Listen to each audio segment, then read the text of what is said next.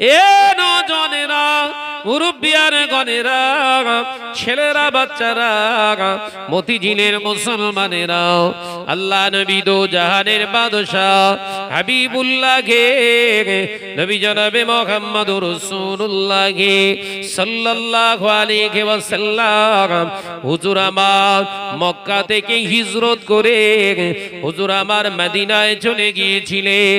মদিনার জমিনে হুজুর থাকার পরে আল্লাহ পাক মুসলমানদের আবার মক্কাকে দিয়ে দিলেন। মুসলমান মক্কা বিজয় করলো। মক্কার জমিনে আমার নবী যখন আসে, নবীর আগমনের সংবাদে কাফেরেরা বাস্ত ছেড়ে পালিয়ে যাচ্ছে। ও মুরব্বিয়ান গণেরা, আমার নবী দেখলেন মক্কার কাফেরেরা রাস্তা ছেড়ে, নিজের ঘর বাড়ি ছেড়ে পালিয়ে যাচ্ছে। আল্লাহ নবী রাস্তায় দেখতে পেরে একজন বুড়ি মা গাটুরি নিয়ে দাঁড়িয়ে বসে বসে, গাটুরি নিয়ে বসে বসে কাঁদছে।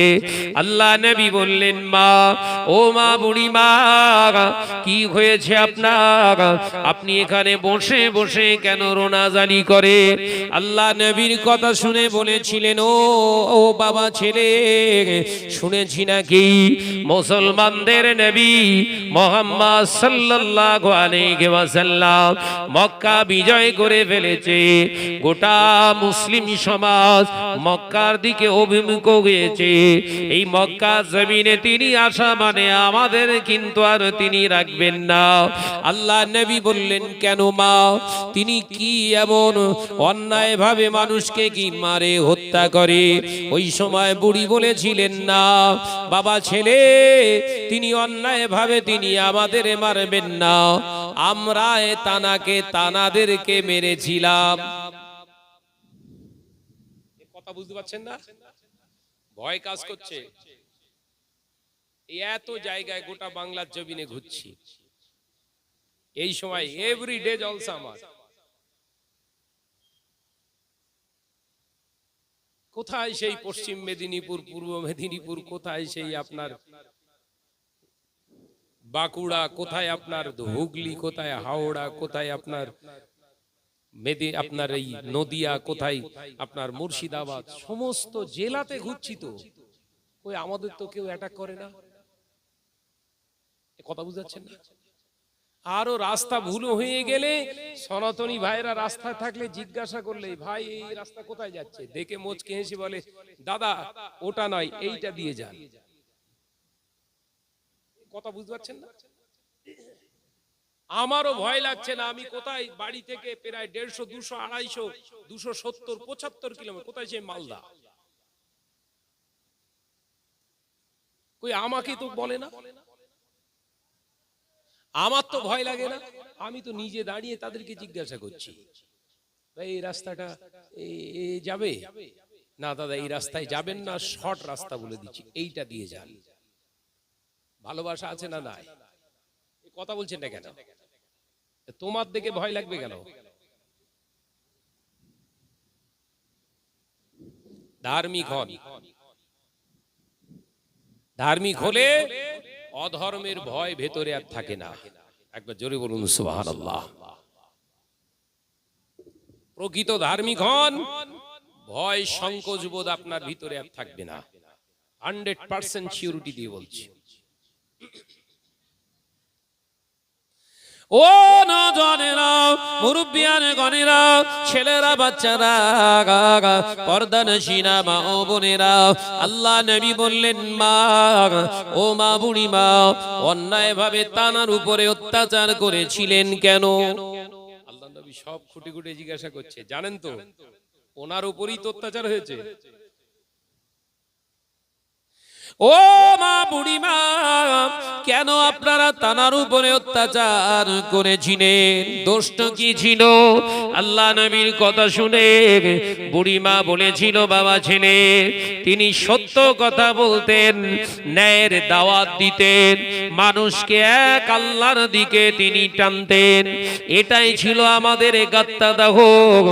অন্যায় রাখাজানি করতে দেবেন না, সুদের কারবার করতে দেবেন না, জেনা ব্যভিচার করতে দেবেন না। তানার নীতি ছিল এটা, তিনি সত্য কথা বলতেন, বড় আমানতদার ছিলেন। তাই আমাদের ইহুদি জাতিরা তারা সহ্য করতে পারেননি। এই মক্কার কোপ্পারে কুরাইশরা তানার বিরুদ্ধে আন্দোলন করেছিলেন। তিনি দিশা না পেয়ে রাতের অন্ধকারে মদিনায় চলে গিয়েছিলেন। কিন্তু দেখেন কর্মের কি পরিহাস। একটু দেখুন, আমরা যারাকে অন্যায়ভাবে তাড়িয়ে দিয়েছিলাম, তিনি এখন আমাদের তাড়াননি, ভয়ে আমাদেরকে নিজের জন্ম ভিটে পালিয়ে যেতে হচ্ছে। সুবহানাল্লাহ বলেন, কই জোরে হবে না?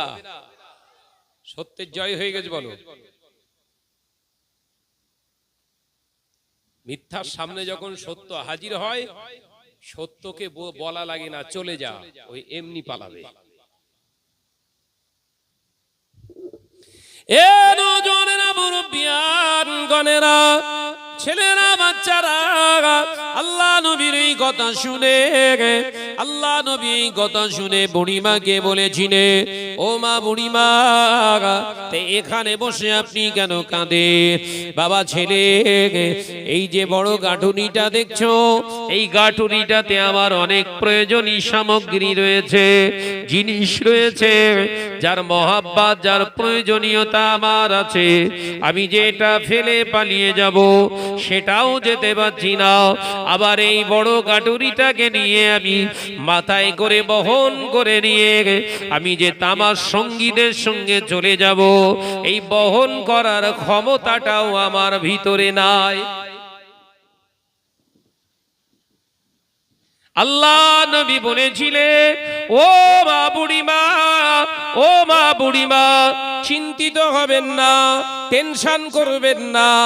আমি একটা কথা বলছি শুনুন, আপনার যদি এই গাঁটুরিটাকে আমি মাথায় করে বহন করে আপনার গন্তব্যস্থলে পৌঁছে দিই, তাহলে আপনি কি আমার উপরে খুশি হবেন? একবার জোরে বলেন, একবার জোরে হলো না? ইসলাম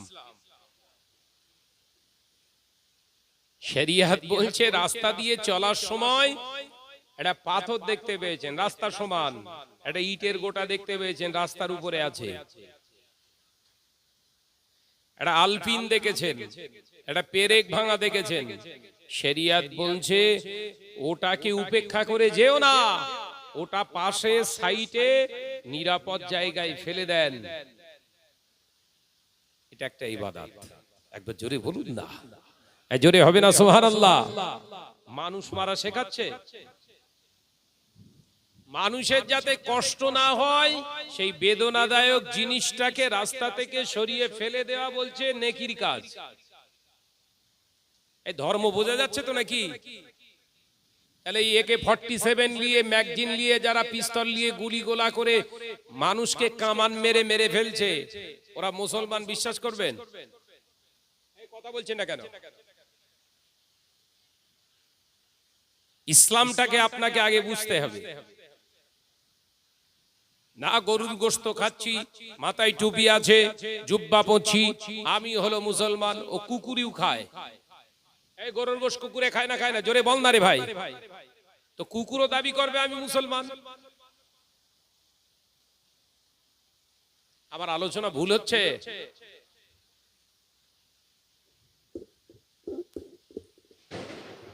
একটা হালাল খানা আপনি খাবেন না খাবেন, ওটা আপনার পার্সোনালিটি, পার্সোনাল ব্যাপার। গরুর গোশতটা যদি মনে হয় খাবো, খাবেন। যদি না আপনার রুচি যায়, খাবেন না। ইসলাম বলেনি আপনি বেঈমান হয়ে যাবেন। কথা বুঝতে পারছেন না?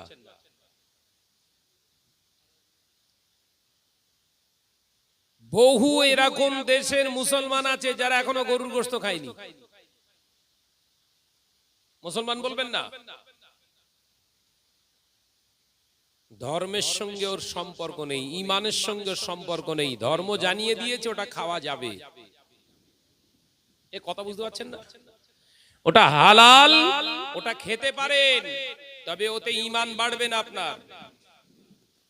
না খেলে আপনার ঈমান কমবে না। ডাক্তার চেক আপ করি বলছে রেড মিট কম খান, রেড মিট কম খান। বুঝতে পারছেন তো নাকি?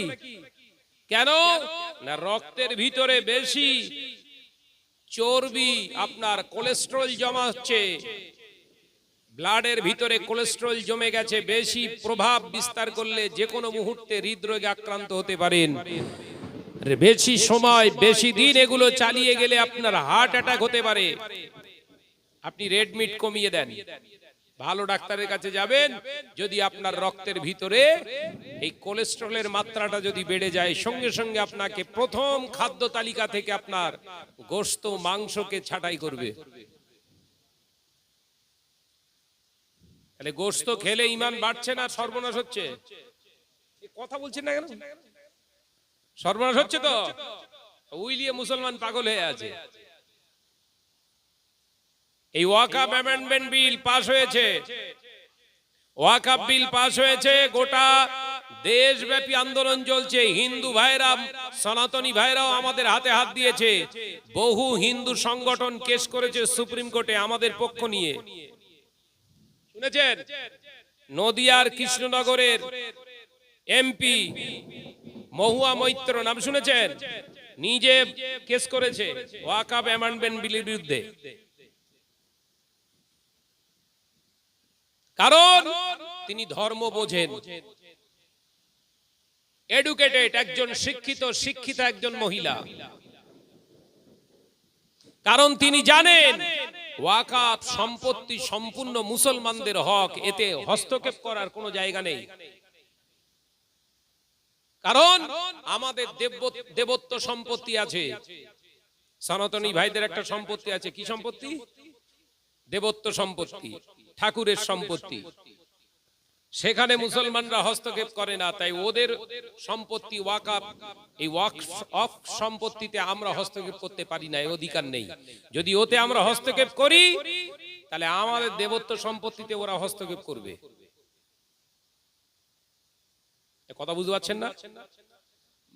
ভারতের কনস্টিটিউশন, আমরা হচ্ছি গণতন্ত্র রাষ্ট্রের অধিবাসী, আমরা মানুষ সবাই সমান অধিকারে বসবাস করি, সব ধর্ম সমান, এখানে যে যা ধর্ম পালন করবে, এটা হচ্ছে ভারতবর্ষের ঐতিহ্য।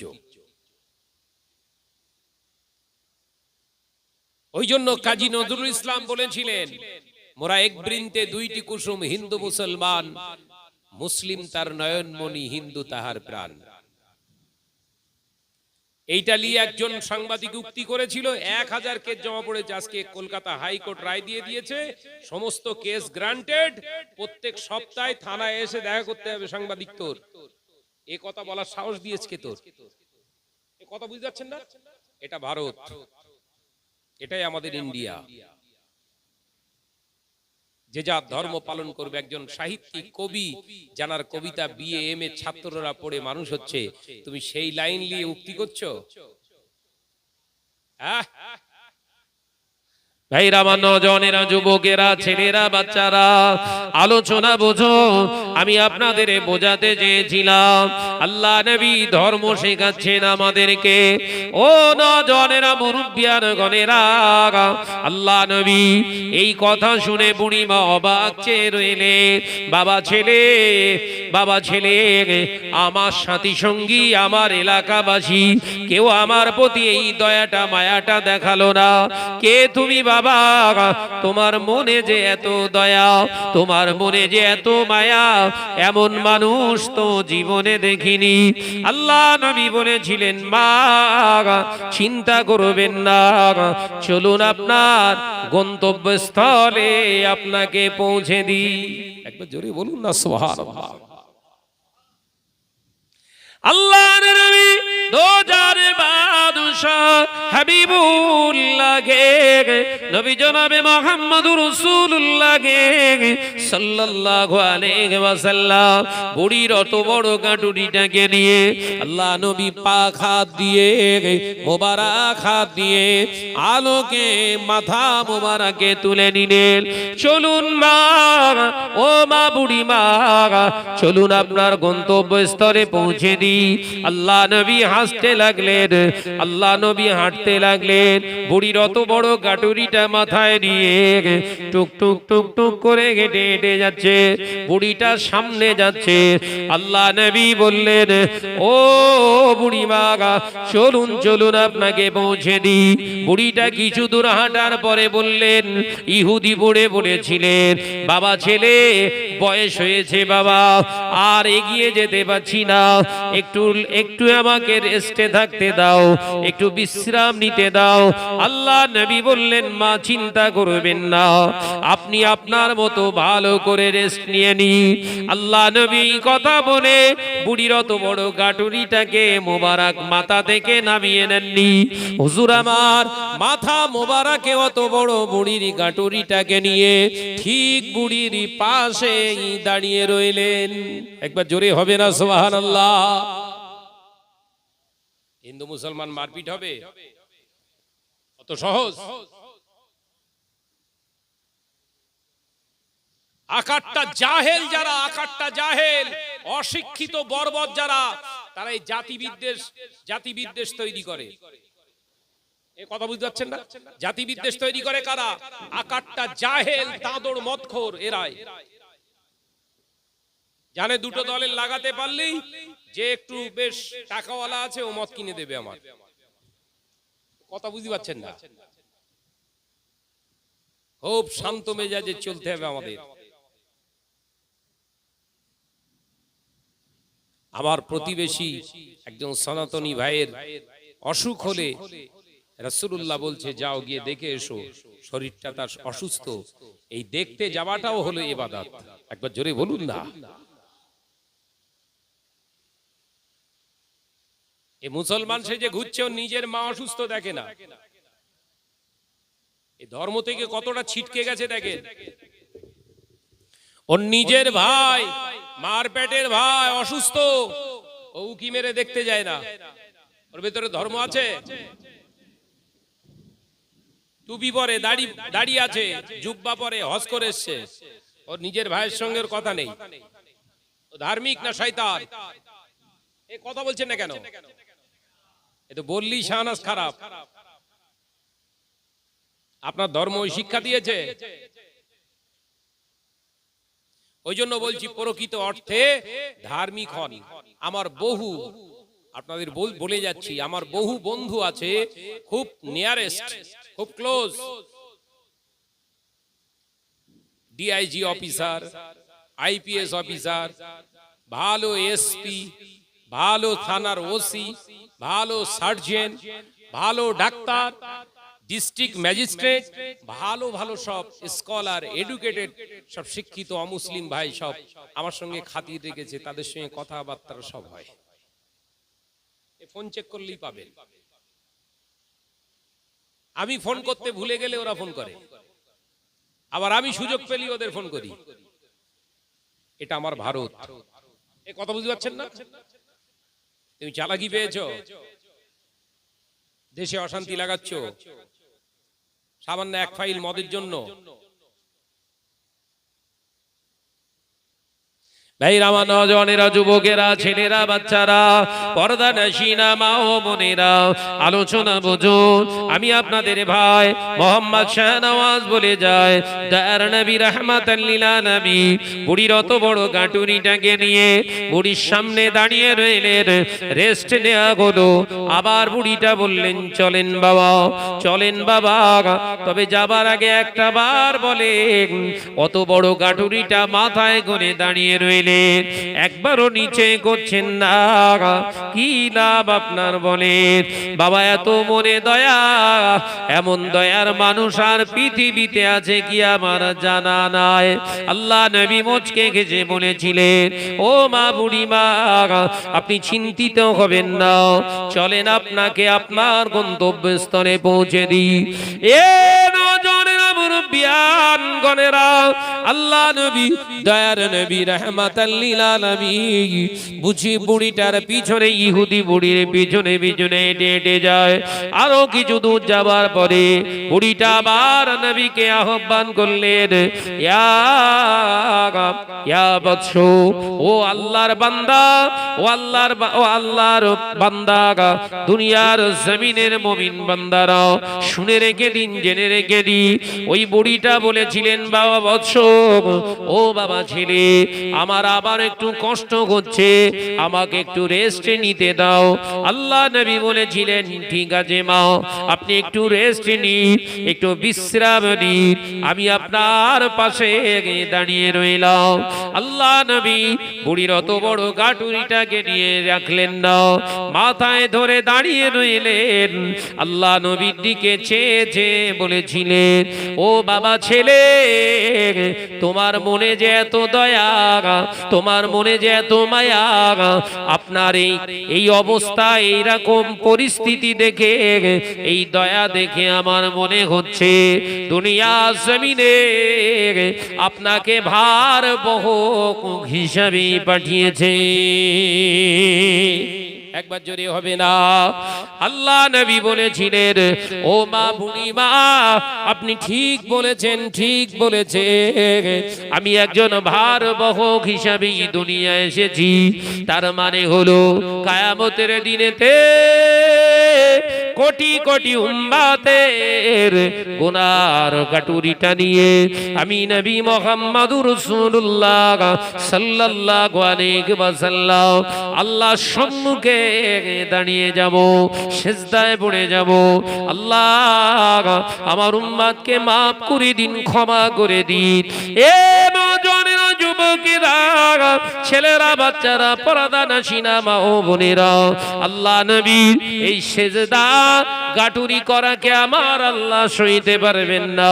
আল্লাহ পাক বলবেন, হাবিব, আপনি কাঁদবেন না, আপনি কাঁদবেন না, আপনি দয়া করে সের মোবারকটাকে ওঠান, মাথা নোয়াবেন না। আল্লাহ নবীকে আল্লাহ পাক জানিয়ে দেবেন, জানাবে আপনি কি চান। মুসা নবী, ঈসা নবী, ইদ্রিস নবী, জারজিস নবী, সুলাইমান নবী, দাউদ নবী, হযরতে ইব্রাহিম নবী, ইসমাইল নবী, ইয়াকুব নবী, জাকারিয়া নবী, সমস্ত নবী আলাইহিস সালাম বলেছিলেন, আল্লাহ আপনি যাতে রাজি, আমরা তাতে রাজি। আর আমি আল্লাহ আজ আপনাকে বলছি, হাবিব, আপনি মাথা মোবারক ওঠান। আজ আমি এলান করছি, আল্লাহ আজ এই মহাময়দানে আপনি যাতে রাজি, আমি আল্লাহ তাতে রাজি। একবার জোরে বলেন। আল্লাহ পাক তো আমাকে ভার বহন করার জন্যই পাঠিয়েছে। এই কথাটা তাৎপর্য হলে এটা বুখারীর হাদিস। বিশ্বনবী আমার আপনার গুনার বোঝাগুলো নিয়ে আল্লাহর সামনে উপস্থাপন করবে। মাফ করে দেন আল্লাহ, উম্মত গুনাহগার, মাফ করে দেন। আল্লাহ বলবেন, হাবিব, আপনি বলছেন, আমি না করতে তো পারবো না। আপনি বলা মানে আমার না করার কোনো জায়গা নেই, কারণ আপনি হলেন তামাম কায়নাতের শুধু নবী নয়, লা ইলাহা ইল্লাল্লাহ মুহাম্মাদুর রাসূলুল্লাহ, আপনি তো আমারও নবী। একবার জোরে বলেন। কই জোরে হলো না? আপনি শুধু তামাম কায়নাতের নবী নয়, আমি আল্লাহরও নবী আপনি। একবার জোরে বলুন। এ নওজোয়ানেরা, যুবকেরা, ছেলেরা, বাচ্চারা, পর্দানশীনা মা ও বোনেরা, আবারও বুড়িটা উঠলেন, টুক টুক টুক টুক করে হেঁটে হেঁটে যেতে লাগলেন। গন্তব্যস্থলে পৌঁছে গিয়েছে। ইহুদি বাচ্চারা সবাই দাঁড়িয়ে অবাক হয়ে দেখছে, আমরা যাকে ফেলে রেখে চলে এসেছিলাম, অচেনা একটা জওয়ান ছেলে মাথায় গাঁটুরিটাকে নিয়ে হাজিরি হয়ে গিয়েছে। আল্লাহ নবীকে বলেছিলেন, ও বাবা ছেলে, এই জায়গায় রেখে দাও। আল্লাহ নবী বুড়ির অত বড় গাঁটুরিটাকে নিয়ে মোবারক হাত দিয়ে গাঁটুরিটাকে রেখে দিলেন। বুড়ি মা অমনি আমার নবীকে বলেছিলেন, ও বাবা ছেলে, জন্মের মতো শেষ বিদায়, আর দেখা হবে না, আর হয়তো দেখা হবে না বাবা ছেলে, জীবনের মতো শেষ বিদায়, জন্মের মতো একবার আমাকে নামটা বলে যাও বাবা। তোমার দিলে যে এত দয়া, তোমার দিলে যে এত মায়া, বাবা ছেলে একবার নামটা আমায় বলে যাও। আল্লাহ নবী মুচকে মুচকে হেসে বলেছিলেন, ও মা বুড়ি মা, চিন্তিত হবেন না, যে মোহাম্মদের মুখ দেখবেন না বলেছিলেন, যে মোহাম্মদকে গালিগালাজ করেছিলেন মুখ দেখবে না বলেছিলেন, আপনি চিন্তিত হবেন না, সেই মোহাম্মদুর রাসূলুল্লাহ সাল্লাল্লাহু আলাইহি ওয়াসাল্লাম হলাম আমি। একবার জোরে বলেন। ও নওজোয়ানেরা, ইসলাম কি শিখিয়েছে, ইসলামটাকে বোঝো। আল্লাহ নবী বললেন, ও মা বুড়ি মা, আমি হলাম সেই মোহাম্মদ, যে মোহাম্মদের ভয়ে তুমি নিজের ভিটে মাটিকে ছড়িয়ে দিয়ে, ভিটে মাটি ছেড়ে দিয়ে তুমি দূরে চলে এসেছো। আমি আজ সেই মোহাম্মদ, আপনার গাঁটুরি বাহক, আমি হলাম সেই মোহাম্মদ। আল্লাহ নবীর হাত দুটো ধরে বলেছিলে, বাবা ছেলে রে, ও বাবা ছেলে, বাবা মোহাম্মদ, দুনিয়া জমিনে যে মানুষকে আমি গালাগালি করলাম, যে মানুষকে বদনাম করলাম, যে মানুষকে উল্টো পাল্টা কথা বললাম, সেই মানুষটি আমার গাঠুরি বহন করে যে বাবা ছেলে আর দেরি করতে চায় না, সত্য কলেমাটা পড়ে ঈমান নিয়ে মুসলমান হতে যায়। একবার জোরে হবে না। আল্লাহ নবীর এই কথা শুনে আশেপাশে যত কাফেররা ছিল, যত বেদিন বেঈমানেরা ছিল, আল্লাহ নবী চতুর্পাশ ঘিরে ফেলেছে। আল্লাহ নবীর এই ব্যবহার, এই কথা শুনে দেরি করলেন না, সমস্ত ইহুদিরা সেদিনে কলেমা পড়ে মুসলমান হয়েছিলেন। তুমি মুসলমান সেজে মদ খেলে তোমার দেখে কে পরিবর্তন হবে? এই কথা বলছে না কেন?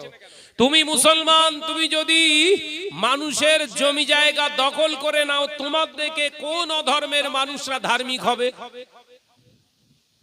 তুমি মুসলমান, টুপি দাড়ি নিয়ে জুব্বা পরে যাকাত তুলে যদি মাদ্রাসার নাম করে ঝাড়া শুরু করে দাও, তোমার এই ক্যারেক্টার দেখে কোন অমুসলিম তোমায় সম্মান করবে? এই কথা বলছেন না কেন? তুমি মুসলমান মৌলী সাহেব সেজে বিরাট বড় বড় বাতেলা দিয়ে ঘুরবে, আর এতিম মিসকিনের মাল আত্মসাৎ করে বড় বড় বিল্ডিং, জমি, বিঘের পর বিঘে জমি কিনে বড় লোক হচ্ছ, তোমার এই অধর্মের কাজ দেখে কে ধার্মিক হবে? এই কথা বলছেন না কেন?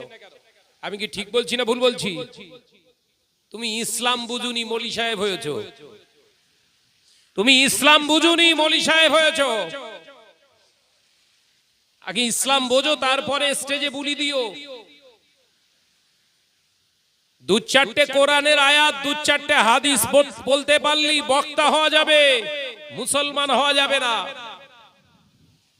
মুসলমান একটা নীতির উপরে, কংক্রিট একটা নীতির উপরে ইস্তেকামত দেয়। তুমি কোন নীতি অবলম্বন করছো? তোমার ভেতরে আজ্ঞারসন মনোভাব। কথা বলছেন না কেন? ভাবছেন সামনে কুরবানি, বড় বড় গরু কিনে কুরবানি দিয়ে দেবো মুসলমান। কুরবানি যাত্রার উপরে আল্লাহ ওয়াজিব করেননি যে সে কুরবানি দিতে পারবে না, আপনি তো সেটা জানেন না। আপনি ভাবছেন আমার টাকা আছে মানে আমি গরু কিনে কুরবানি দেবো, উট এনে মেরে দেবো, দুম্বা এনে কুরবানি দিয়ে দেবো, আমার থেকে বড় মুসলমান আর কেউ না। থামুন। 500 কোটি টাকার মালিক আপনি, ওই 500 কোটি টাকা যদি আপনার হারাম রাস্তায় ইনকাম হয়, আপনার জন্য কুরবানি দেওয়া হারাম। বোঝাতে পারছি রে, অসুবিধা হচ্ছে? সামনেই কুরবানি, ওই জন্য ওয়াজটা করে যাচ্ছি। 500 কোটি টাকা আপনার ব্যাংক ব্যালেন্স, সম্পত্তি আছে 500 কোটি টাকার, এখন আপনার উপরে জাকাত ফরজ না। আপনার দানের টাকায় মসজিদ ইউজ করা, মসজিদ তৈরি করা হারাম। মৌলী সাহেবরা ফতোয়া দিচ্ছে না কেন? মুফতি সেজে ঘুরছো মাল ঝাড়ার ধান্দায়। এ কথা বুঝতে পারছেন না? অসুবিধা হচ্ছে বাপ। হারামখোরের কাছ থেকে আল্লাহ জাকাত চাইনি, হারাম মালদারের কাছ থেকে আল্লাহ কুরবানি চাইনি, হারাম মালদারের কাছ থেকে আল্লাহ দান চাইনি। আমার আল্লাহ নিজে পাক, নিজে পবিত্র, কোরআনকেও পবিত্র বানিয়েছে, হাবিবও হলেন পবিত্র। যেটা দান করবেন ওটাও যেন হয় পবিত্র। একবার জোরে বলুন, একবার জোরে বলেন না সুবহানাল্লাহ। এই আলোচনা বুঝতে পারছেন তো বাপ? অসুবিধা হচ্ছে? মনে করছে বিশাল গাড়ি বাড়ি করে ফেলেছি, বিশাল টাকার অ্যাসেট বানিয়ে ফেলেছি, আমার উপরে জাকাত ফরজ হয়ে গেছে। এই রাখ তোর ফতোয়া। ও যে হুজুর তোকে বলেছে জাকাত দিতে ও মার খাবে, ও হুজুরও ঝাপটা খাবে। আল্লাহ হালাল মালের জাকাত চায়, হারাম নয়। বুঝতে পারেননি বোধহয়? হালাল মাল, আপনার হালাল উপার্জন করা টাকা, উপার্জিত সম্পদের পরিমাণ, টাকার পরিমাণ ৪৭,০০০ টাকা হয়ে গেছে। সংসার সবকিছু সুন্দরভাবে চালানোর পরে সারা বছর ৪৭,০০০ টাকার মতো অ্যাসেট হয়েছে। শরিয়ত বলছে ওর থেকে এবারে কিছু গরিবদের দান কর, ২.৫% শতকরা ফরজ। কিন্তু ৪৭ কোটি টাকার মালিক আপনি, গরিবের মাল মেরেছেন, রাস্তার কাজে ঝেড়েছেন। এ কথা বুঝতে পারছেন না বোধহয়? কন্ট্রোলের রেশনের মাল ঝেড়েছেন, দাদাগিরি করে টাকা পয়সা উপার্জন করেছেন। জাকাত ফরজ, জাকাত হারাম। এই কথা বুঝতে পারছেন না? মনে করছে বিশাল টাকার মালিক, বড় একটা গরু কিনে লিয়ায়। আরে বাপরে বাপ, হারামখোর। ৫ কুইন্টাল আপনার ৫ মনের একটা বড় গরু কিনে গলায় ফুলের মালা দিয়ে এলাকা ঘোরাচ্ছে, দেখাচ্ছে আমার মতো কুরবানি দাতা আর কেউ নেই। ওর ওই কুরবানির গোশত এলাকার মানুষের খাওয়া হারাম। মুফতিরা ফতোয়া দিয়েছে, দেবে না তো, ওর খরিদ্দার কমে যাবে। আল্লাহ রাসূল এমনি বলেনি এক শ্রেণীর মৌলী সাহেব জাহান্নামে যাবে। ভাইরা, নওজওয়ানেরা, যুবকেরা, ছেলেরা, বাচ্চারা, পর্দানশীনা মা ও বোনেরা, আলোচনা বুঝুন। আমি আপনাদের ভাই মোহাম্মদ শাহনওয়াজ বলে যায়, কোরআনকে বুঝুন। আল্লাহ জাত্তার কাছ থেকে কুরবানি চাননি, আমার আল্লাহ জানিয়ে দিলেন বিসমিল্লাহির রহমানির রহিম, ফাসাল্লি লিরাব্বিকা ওয়ানহার। আমি আল্লাহ বলছি আগে নামাজটা আদায় করুন, আমার নামাজটা আগে আদায় করুন। ওয়ানহার, এইবারে আপনি কুরবানি করুন। একবার জোরে হবে না? তাহলে কোরআনের ভাষায় বেনামাজিদের জন্য কুরবানি না। এই আমার আলোচনা বুঝতে পারছেন না? বেনামাজি ব্যক্তির জন্য কুরবানি না। আল্লাহর কোরআন বলছি, মৌলী সাহেবের ডাকেন, ফাসাল্লি লিরাব্বিকা ওয়ানহার। আমি আল্লাহ বলছি আগে নামাজটা আদায় করেন, এরপরে আমার রাস্তায় কুরবানি দেন। সুবহানাল্লাহ বলেন। ফজরের নামাজ পড়লো না, যোহর পড়লো না, আসর পড়লো না, মাগরিব পড়লো না, এশা পড়লো না, ঈদের দিনে ফজরের নামাজও পড়লো না, আমার গরু আগে কুরবানি হবে। কথা বলছেন না কেন? কেন হবে না? এলাকায় একটুখানি ভার আছে, ধার আছে, কাদের কাছে? হারামখোরদের কাছে। কথা বুঝতে পারছেন না কেন?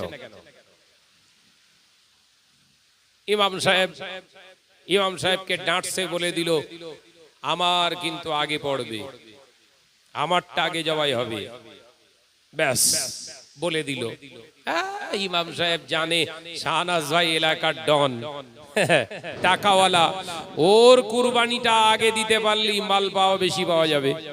এ কথা বলছে না কেন? এ ভুল বলতিস বোধহয় নাকি?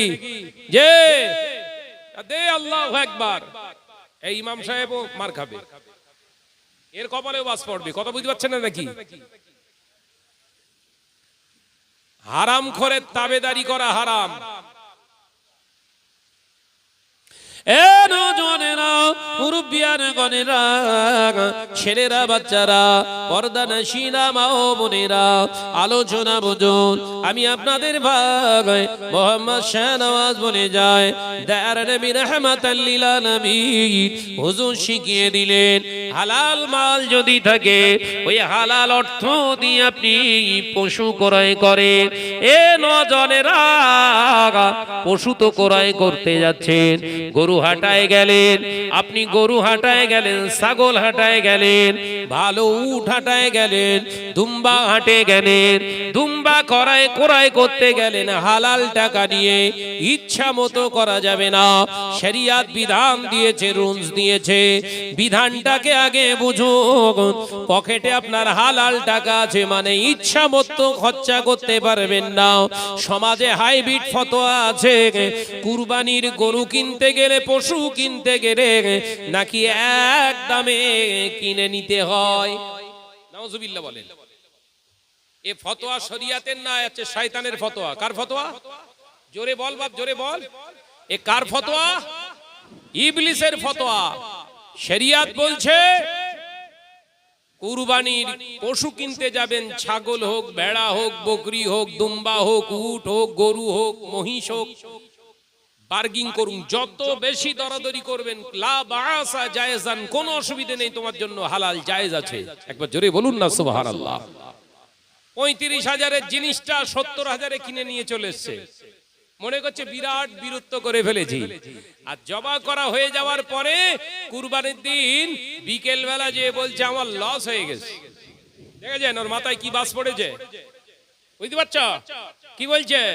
আমার লস হয়ে গেছে।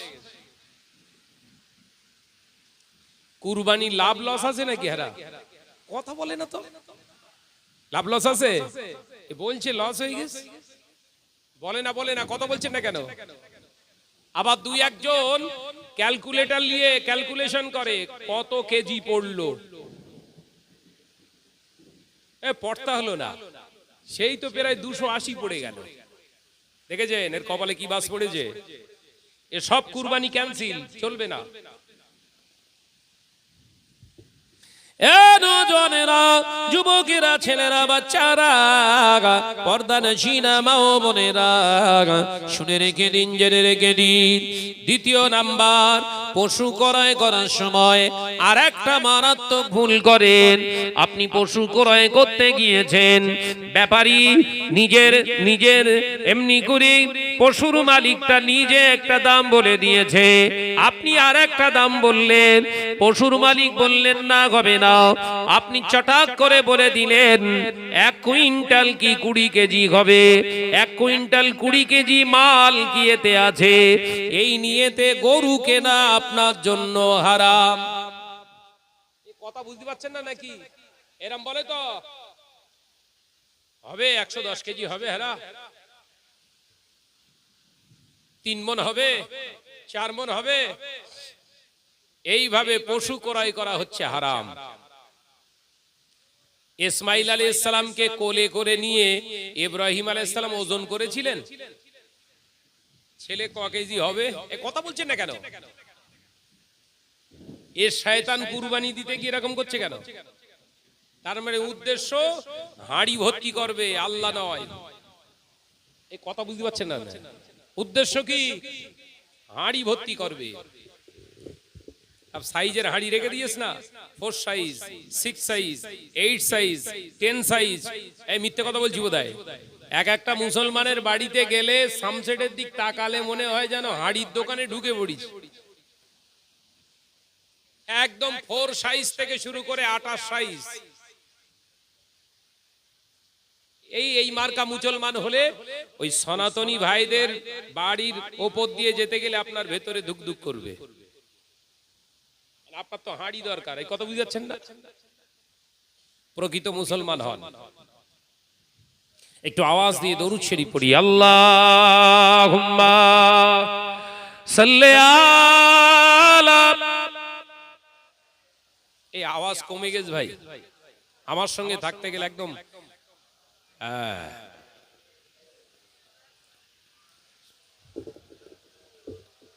একদিন তোমারি নাম মসজিদে হবে এলান, একদিন তোমারি নাম মসজিদে হবে এলান। তৈরি থেকো তৈরি রেখো কবরের মাল সামান, একদিন তোমারি নাম মসজিদে হবে এলান। আল্লাহুম্মা সাল্লি আলা মাশাআল্লাহ মাশাআল্লাহ, আরো জোরে ওয়া আলা আলি।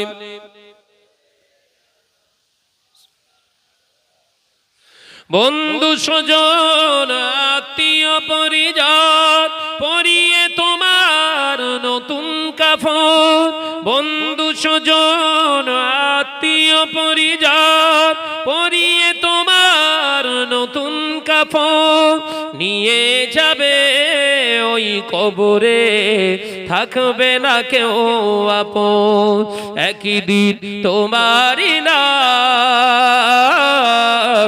মসজিদে হবে এলান, একদিন তোমারি নাম মসজিদে হবে এলান। তৈরি থেকো তৈরি রেখো কবরের মাল সামান, জোরে হবে না সুবহানাল্লাহ? আর একটু জোরে হবে না? একদিন তোমারি নাম মসজিদে হবে এলান। আল্লাহুম্মা সাল্লি আলা মাশাআল্লাহ মাশাআল্লাহ, আরেকটু জোরে ওয়া আলা আলি।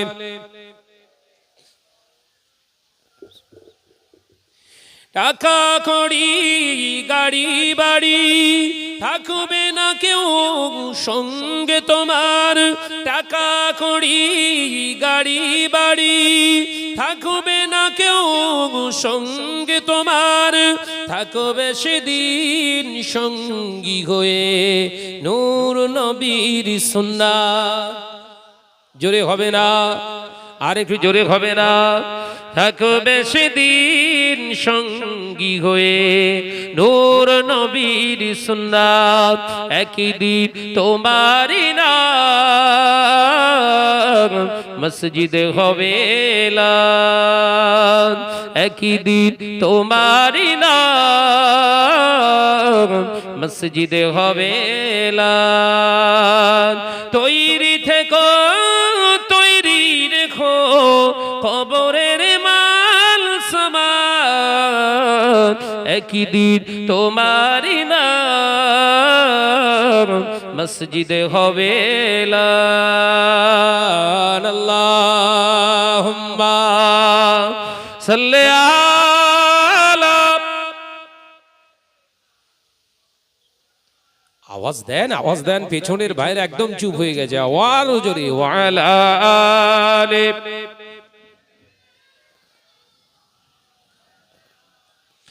আমার নজনেরা যুবকেরা ছেলেরা বাচ্চারা, তাহলে কুরবানির এক নাম্বার ভুল নামাজ না আদায় করে কুরবানি দেওয়া, দ্বিতীয় নাম্বার ভুল পশু ক্রয় করার সময় ওজন করা, আন্দাজে ওজন করা। কেন হারাম?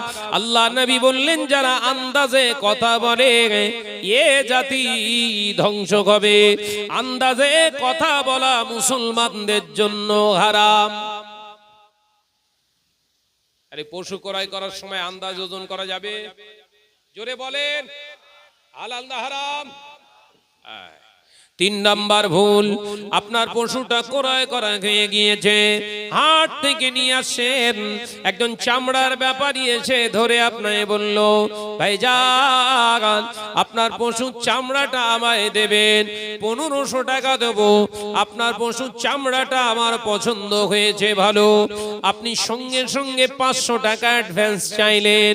এই গরু আপনার পশুটা জবাইয়ের আগে চামড়ার অগ্রিম নেওয়াটা হলো হারাম। এখনো 1 সপ্তাহ বাকি আছে, বলো চামড়া বিক্রি হয়ে গেছে, এরকম হয়তো সম্পূর্ণ হারাম, ও কুরবানি কবুল হবে না। কেন হারাম প্রশ্ন করবেন না? এই জন্য হারাম, আপনি পশুটার চামড়াটা বিক্রি করেছেন ভালো দেখিয়ে, কিন্তু জবাই করার পরে চামড়া ছাড়ানোর সময় ছুরির আঘাতে ছুরির মাথা লেগে 2-4 জায়গায় চামড়া কাটে না কাটা চামড়ার দাম বেশি না কম? ঠকানো হলো, কিনেছিল ভালো, দিয়েছিলেন খারাপ। আরাম কেন বুঝতে পেরেছেন তো নাকি? ভাইরা, আমার নজনেরা, যুবকেরা, ছেলেরা, বাচ্চারা, পর্দানাশীনা মা ও বোনেরা, আপনার কুরবানির ভিতরে আরো গলতি আছে। গলতিটা কি? ইমাম সাহেব জবাই করে দিয়ে গিয়েছে, বিসমিল্লাহ আল্লাহু আকবার বলে জবাই করার পরে অনেক পশু শক্তিশালী থাকা, তেজালু হওয়ার কারণে অনেকক্ষণ ধরে ছটকা ছটকি করে, লড়ালড়ি করে। পাশ থেকে একজন মোস্তানি করে ছোট একটা চাকু নিয়ে ওই কাটা জায়গায় বারে বারে খোঁচা মারে। হারাম, কুরবানি বাতিল। ওই কুরবানিটা আপনাকে আবার প্রথম থেকে দিতে হবে। তার মানে ও গরুতে তো আর হচ্ছে না, আপনাকে আবার নতুন পশু ক্রয় করে এনে কুরবানি দিতে হবে। যদি না দেন আপনার কাবিরা গুনাহ হবে। আরো ভুল আছে, যাবো আর একটু শুধরে যান। সামনেই তো একটা ইবাদত, কুরবানি তো ইবাদত। দ্বিতীয় নাম্বার, প্রথম নাম্বার বললাম নামাজি হতে হবে। দ্বিতীয় নাম্বার, হালাল টাকার কুরবানির গরু ক্রয় করতে হবে, পশু ক্রয় করতে হবে। তৃতীয় নাম্বার, কেনার সময় মাপা চলবে না। চতুর্থ নাম্বার, আপনি জবাইয়ের আগে চামড়ার টাকা নিতে পারবেন না। 5 নাম্বার, আপনি জবাই করার পরে ওই ক্ষত জায়গায় ছুরি দিয়ে বারে বারে আঘাত করতে পারবেন না। বাবাজি 6 নাম্বার, পশু জবাই করা হয়ে গিয়েছে, কাটাকুটি কমপ্লিট হয়ে গিয়েছে। যারা আপনার কাজ করেছিলেন তাদের বেশি বেশি পরিশ্রমের বিনিময়ে পারিশ্রমিক হিসাবে গোশত দিয়েছেন, চলবে না। দেবেন তো, কারণ মৌলানা মলি সাহেবরা তো সব আপনাদের শেখায়নি। ওই জন্য কেন বললাম, একদল যাবে আগে জাহান্নামায়। যেটা এসে ওয়াজ করার দরকার ছিল সেটা ওয়াজ করিনি। হয়েছে জ্বর, খাওয়াচ্ছে আমাশার ট্যাবলেট। এই কথা বুঝতে পারছেন না? এখনকার ওয়াজ নসিহতের সিস্টেম কি? হয়েছে জ্বর, খাওয়াই সব আমাশার ট্যাবলেট। হচ্ছে মাথার যন্ত্রণা, হচ্ছে মাথার যন্ত্রণা, আর দিয়েছে জ্বরের ট্যাবলেট, মরগে যা তুই। এখন ওয়াজের সিস্টেম কি করবেন? যারা কাজ করেছে 2 জন কি 4 জন, তাদেরকে 50 কি 100 করে টাকা হাতে দিয়ে বলবেন, ভাই তোর এই খাটাখাটনির জন্য এটা দিলাম, খুশি হ, আর আমার তরফ থেকে আমি খুশি করে তোদেরকে এই গোশত তাবাররুকান হাদিয়া স্বরূপ দিয়ে দিলাম। একবার জোরে বলুন সুবহানাল্লাহ। কথা বুঝতে পারেননি বোধহয়। তাহলে কটা ভুল বেরোলো? একটা কুরবানিতে কটা ভুল বেরোলো? ও কুরবানি হয়েছে তো ওই হাঁড়ি ভর্তি হয়ে গেছে। কি ভর্তি হয়েছে? এই নসিহত গুলো এখন সমাজে যে এই করছি, সব মাথায় হাত পড়ে গেছে। সর্বনাশ, হুজুর এরা মস্ত করিনি, কেউ করিনি, দাওয়াত দিয়েছিলিস কেন? গলার সুর ভালো। বিরাট কোরআন হাদিস বলে যে শরিয়াতের ভাষাগুলো বাংলায় বোঝাতে পারে না সামনে বসে থাকা বাংলার মানুষগুলোকে, আবার হুজুর এই কথা বলছেন না কেন? আপনারা তো, আমরা সব বাংলার মুসলমান। আল্লামা হুজুর ইচ্ছা করলে 154 খানা কিতাব সব আরবিতে লিখতে পারতেন না? পারতেন না? জোরে বল না রে বাবা। ওশাদ আল্লামা হিন আল্লামা বড় মাওলানা রহমাতুল্লাহ আলাইহি ইচ্ছা করলে 154 খানা কিতাব উর্দুতে লিখতে পারতেন না পারতেন না? আল্লামা হুজুর রহমাতুল্লাহ আলাইহি ইচ্ছা করলে 154 খানা কিতাব ইংরেজিতে লিখতে পারতেন না পারতেন না? সব বাংলায় লিখলেন কেন? শরিয়াত বোঝা মানুষটা বাংলায় লিখবে কেন? শরিয়াতের ভাষা দেবে, কথা বলছে না কেন?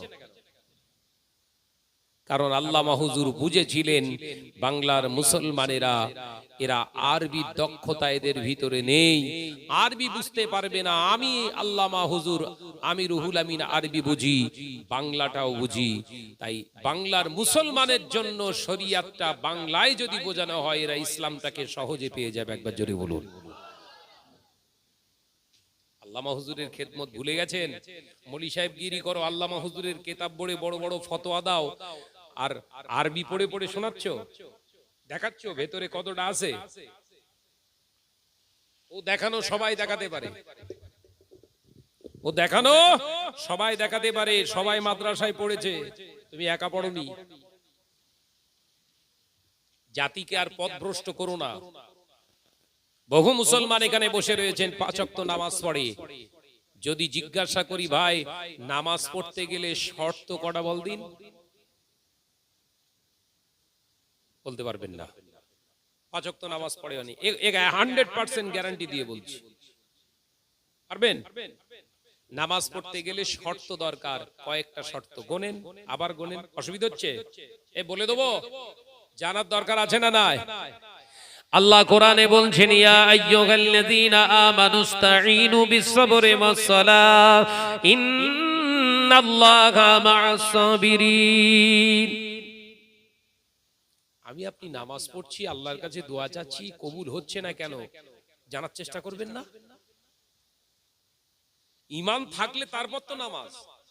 মনে করছেন মাথায় টুপি দিয়েছি, মুখে দাঁড়িয়ে আছে, বড় জুব্বা পরে আছে, আমার মতো বড় ঈমানদার আর কেউ নেই। হতে পারিস তো ডুপ্লিকেট ঈমান। দেখ প্রমাণ করছি, এই ঈমানদার সাজা, ভণ্ড, দেখ প্রমাণ করে দিচ্ছি আসলে তুই ঈমানদার নয়। বলবো বলবো অসুবিধা হবে নাকি? বলবো, নসিহত করতে এসেছি, গল্প করবো না। 1 নাম্বার শর্ত নামাজি, আপনার প্রথম নম্বর শর্ত হলো ঈমান আলওয়ালা হতে হবে। তবে ঈমান ওয়ালা মানে আল্লাহ এক, রাসূল আমার, ফেরেশতা আছে, কিয়ামত আছে, মৃত্যু আছে, এসব বিশ্বাস করি আমি ঈমানদার।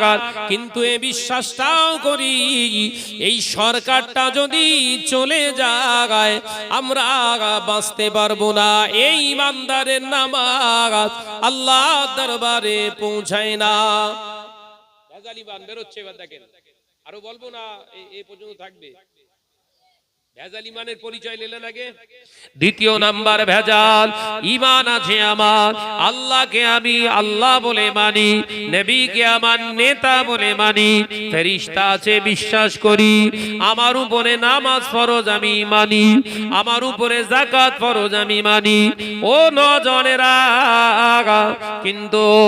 কিন্তু কলিকাতা আলিপুর আবহাওয়া দপ্তর বলে দিয়েছে 48 ঘন্টার ভিতরে বিরাট শক্তি আসছে, ঘূর্ণিঝড়। ওই শক্তি আসছে, গোটা এলাকা তছনছ করে ফেলবে। 100 থেকে 180 কিলোমিটার বেগে ঝড় হবে, ওই ঝড়ে তছনছ হয়ে যাবে। ওই কথাটা, সংবাদটা শুনে মসজিদেতে চাচা আমার মাথায় টুপি দিয়ে, মুখে দাড়ি নিয়ে, জুব্বা পরে বলছে, জানো আবার বোধহয় সেই আমফান চলে এসেছে, নাম দিয়েছে শক্তি, এবার সব গুড়িয়ে ফেলবে গো, ঝড় হবে, 48 ঘন্টার ভিতরে ঝড় হবে। এই বিশ্বাসটা আপনি ভিতরে এনেছেন, আপনার ইবাদত আল্লাহর দরবারে আর পৌঁছাবে না। ডুপ্লিকেট হাইব্রিড ঈমানদার, এই কথা বুঝতে পারছেন না নাকি? কি ঈমানদার? Cross hybrid. দোয়া কবুল না হওয়ার কারণগুলো বলছি, অসুবিধা হচ্ছে বাপ? হ্যাঁ, এরকম বিশ্বাস করে তো? কলিকাতা আবহাওয়া দপ্তর কি বলে? হতে পারে, হবে বলেছে, সিউরিটি দেয়। তারা আমার ধর্মের মানুষ নন, তারা সম্ভাব্য বলে, হতে পারে নাও পারে। তাদের বিশ্বাস মেশিনে র্যাডারে ধরা পড়েছে, হতে পারে নাও পারে। কিন্তু এ মাথায় টুপি দিয়ে মসজিদে কি বলছে? কথা বলছেন না কেন? এ মাথায় টুপি দিয়ে কি বলছে? হচ্ছে গরুখোর মুসলমান। ও নজনেরা, মুরব্বিয়ানে গনেরা, ছেলেরা বাচ্চারা, তৃতীয় নাম্বার আর একটি উদাহরণ দিচ্ছি। শরীরটা বড় খারাপ, হঠাৎ করে কলিকাতায় নিয়ে চলে গেল। কলিকাতায় নিয়ে ভালো সার্জেনের কাছে ডাক্তার দেখিয়ে, সার্জেন ডাক্তার দেখে ভালো ট্রিটমেন্ট করলেন, দামি দামি ওষুধ দিলেন, সুস্থ হয়ে গেল। বাড়িতে চলে এলো, জুম্মা পড়তে গেল। কাল জুম্মায় জিজ্ঞাসা করলে একজন, ও ভাই শরীর অসুস্থ ছিল, কেমন আছে? জি ভালো আছি। এত তাড়াতাড়ি সুস্থ হয়ে গিয়েছেন? হ্যাঁ ভাই, এমনি সুস্থ হইনি, এমন দামি ডাক্তার দেখিয়েছি, এমন দামি দামি ওষুধ খেয়েছি, ওই ডাক্তার আর ওষুধের জোরে আমি বেঁচে গেছি। সোজা সবটাই হলো কাট বেঈমান। কি বেঈমান? এ অসুবিধা হচ্ছে। এই অবস্থায় জুম্মা পড়ে বেরিয়ে চলে এসেছে। ফেরেশতারা বলছে, তোর মুগুর পেটা করব, কবরে আয়। তোর নামাজ। এই তিনটে উদাহরণ আরো আছে, এই তিনটে উদাহরণ দিলাম। সচরাচর এই তিনটে নিয়ে চলছে না, চলে না? এই সরকারটা যদি পড়ে যায়, আমরা কেউ আর বাঁচবো না। আচ্ছা, বেঈমানদের, এই বেঈমানদের কথা ইমানদারের নয়। হায়াতের মালিক আল্লাহ, ইজ্জতের মালিক আল্লাহ, রিজিকের মালিক আল্লাহ। আল্লাহ যতদিন চাইবে জমিনে আমরা থাকবো। একবার জোরে বলুন। কথা বুঝতে পারছেন না? আল্লাহ চাইলে ঘূর্ণিঝড় হবে না, আল্লাহ চাইলে হবে, টর্নেডো হবে, নার্গিস হবে, আমফান, ডবল আমফান হতে পারে। আল্লাহ যদি দেয়, আল্লাহ আবার না চাইলে হবে না। ঈমান। আলহামদুলিল্লাহ, ভালো ডাক্তারের কাছে গিয়েছিলাম, তিনি দেখাশুনো করে ট্রিটমেন্ট চালিয়েছেন। আল্লাহর অশেষ কৃপায় ওষুধের ওসিলায় হয়তো আল্লাহ সুস্থ করে দিয়েছে। ঈমানদার একবার জোরে বলুন। বলে এরম বলে, চাচার চা খাওয়া দেখলে শয়তান ড্যান্স দেয়। কত বুঝাচ্ছেন না? চাচা চা খাচ্ছে, এক হাতে বিস্কুট আর এক হাতে চা, বাম হাতে বিস্কুট আর ডান হাতে চা। শয়তান বলছে, তুই হচ্ছিস আমার আসল মুসল্লি। কে বলছে? জোরে বল, জোরে বল বাপ। শয়তান বলছে, এই হচ্ছে পাকা আমার মুসল্লি। তুই আল্লাহর মুসল্লি হতে পারিসনি, শয়তানের মুসল্লি তুই। কারণ শয়তানের খাবার দুই হাতে, ডান হাতেও খায়, বাম হাতেও খায়। কথা বুঝতে পারছেন না? আমাদের সব ঘরের ছেলেরা সব ভদ্র হয়ে গেছে। কথা বুঝতে পারছেন না? ভদ্র শয়তান হয়ে গেছে। শয়তান এখন ভেষ পরিবর্তন করে, জানেন তো? ও ইচ্ছা গেলে মাথায় টুপি দিয়ে জুব্বা পরে স্টেজে এসে ওয়াজ করে। আপনি দেখছেন শাহনাজ ভাই ওয়াজ করছে, কিন্তু অরিজিনাল শাহনাজ ভাইয়ের চেহারাটা, সুরাতটা আছে, কার্যকলাপটা পুরো শয়তান। ওয়াজ করছে, বুঝাচ্ছেন না? ওয়াজ করছে নবী আমাদের মতো মানুষ। এটা কারো নসিহত? নাউজুবিল্লাহ বলে।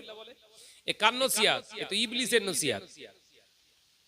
আবার একজন এসে বেশভূষা, বেশ দাড়ি টুপি নিয়ে একদম পুরো পা পর্যন্ত জুব্বা পরে বলছে, নবীরা সব ভিখারির বাচ্চা। কে ওয়াজ করছে? নাউজুবিল্লাহ বলেন।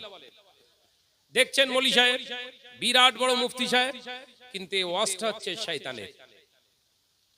কার ওয়াজ? জোরে বলেন। আবার একজন চশমা টশমা লাগিয়ে জুব্বা পরে গায়ে একদম ইন্টারন্যাশনাল কোট পরে স্টেজে ওয়াজ করতে করতে ফাড়াং ফাড়াং করে ইংলিশ মারতে মারতে বলছে, মাই প্রফেট মুহাম্মদ সাল্লাল্লাহু আলাইহি ওয়াসাল্লাম ইজ এ কাউবয়। নাউজুবিল্লাহ বলেন। কাউবয় মানে রাখাল। আল্লাহ বললেন, ইয়া আইয়ুহাল্লাযীনা আমানু ওয়ালা তাকুলু রাইনা, খবরদার তোমরা আমার হাবিবকে রাখাল বলে ডেকো না। একবার জোরে বলুন না সুবহানাল্লাহ। আল্লাহ বলছে নবীকে রাখাল বলা যাবে না। এ কাফেরেরা বলে। এ মৌলী সাহেবের ড্রেসে ওয়াজ করছে। এ মৌলী সাহেব না শয়তান? জোরে বল না রে বাপ। এই ভুলগুলো বুঝতে পারছেন তো নাকি? এখন এদের বিরুদ্ধে কথা বলতে গেলে আমি তো ওয়াজ করছি কোরআনের থ্রু দিয়ে, কোরআনের থিওরি দিয়ে, কোরআনের দলিল দিয়ে। এই ওয়াজের বিরুদ্ধে যখন হাড় বাটা শুরু করে দিয়েছি, মৌলী সাহেব চেল্লাচ্ছে। আরে মৌলী সাহেবের বিরুদ্ধে ওয়াজ হচ্ছে তো শয়তানের বিরুদ্ধে। মৌলী সাহেব চেল্লাচ্ছে কেন? তার মানে ওই সূরাতে মৌলী সাহেব, ভেতরে শয়তান। মাঠটা ওর ওপরই লাগছে। কথা বুঝতে পারছেন না নাকি? জেনের রুগীকে চড় মারে যারা এই জেন টেন ঝাড়ায়, দেখেননি? চড় মারছে ওর, জেন চেল্লাচ্ছে ভেতর থেকে, ওরে বাবারে আমাকে মারবেন না, আমাকে মারবেন না, আমাকে মারবেন না। এর গাল চোবড়ে চোবড়ে একদম পুরো লাল করে ফেলেছে, ফাটিয়ে ফেলে দেওয়ার খাপ। ও চেল্লাচ্ছে আমাকে মারবেন না, আমাকে মারবেন না। হঠাৎ করে পানি ফুল দিয়ে ছিটে মেরে দিয়েছে, দাম করে বেহুশ হয়ে পড়ে গেছে। ও হঠাৎ করে উঠে বলছে আমি এখানে কেন? তার মানে কি ভেতর থেকে শয়তান পালিয়ে গেছে, জেন পালিয়ে গেছে। কথা বুঝতে পারছেন না নাকি? এই মৌলী সাহেব গুলোকে জেন ঝাড়া করতে হবে। কথা বুঝতে পারছেন না? এসব সব শয়তান। এরা এলাকায় বলে আমরা এই করেছি সেই করেছি, বিরাট বড় বড় এই করছি সেই করছি, কিচ্ছু করে না। যা করছে সব শয়তানি করছে, যা করছে সব শয়তানি করছে। তাই সাবধান হন। রাগ করছেন? যা বলছি খারাপ বলছি নাকি উল্টো পাল্টা বলছি? না, সত্য হকটাকে বলছি। সাবধান হন, এই ফেরকাবাজ মৌলী সাহেবদের খপ্পরে পড়ে আপনিও বেঈমান হয়ে যাবেন। আমার আল্লামা হুজুর স্ট্রংলি মুজাদ্দদুজ জামানের দামান ধরেছিলেন, মুজাদ্দদুজ জামানের দামান ছাড়েননি। আল্লামা হুজুর অত জ্ঞানী, অত বিদগ্ধ পণ্ডিত হওয়ার পরেও আল্লামা হুজুর মুজাদ্দদুজ জামানের দামান ছাড়েননি, রশিকে মজবুত করে ধরেছিলেন। কারণ মুজাদ্দদুজ জামানের হাতে হাত দিয়ে বায়াত হওয়ার পরে তিনি আমার রাসূলুল্লাহকে দেখতে পেয়েছিলেন। জোরে বলুন সুবহানাল্লাহ। এবার জোরে হবে না?